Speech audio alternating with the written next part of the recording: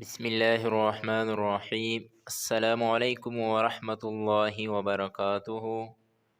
ناظرین، آج ہم انشاءاللہ سید الاستغفار پڑھنا سیکھیں گے۔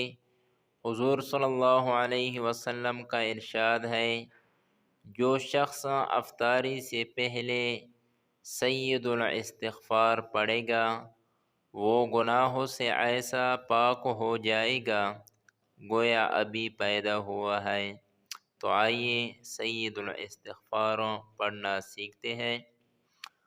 اللہم انت ربی لا الہ الا انت خلقتنی وانا عبدک وانا علی عہدک ووعدک ما استطعت اعوذ بک من شر ما صنعت ابوء لک بنعمتک علی وابوء بذنبی فاغفر لی فإنہ لا يغفر الذنوب إلا أنت۔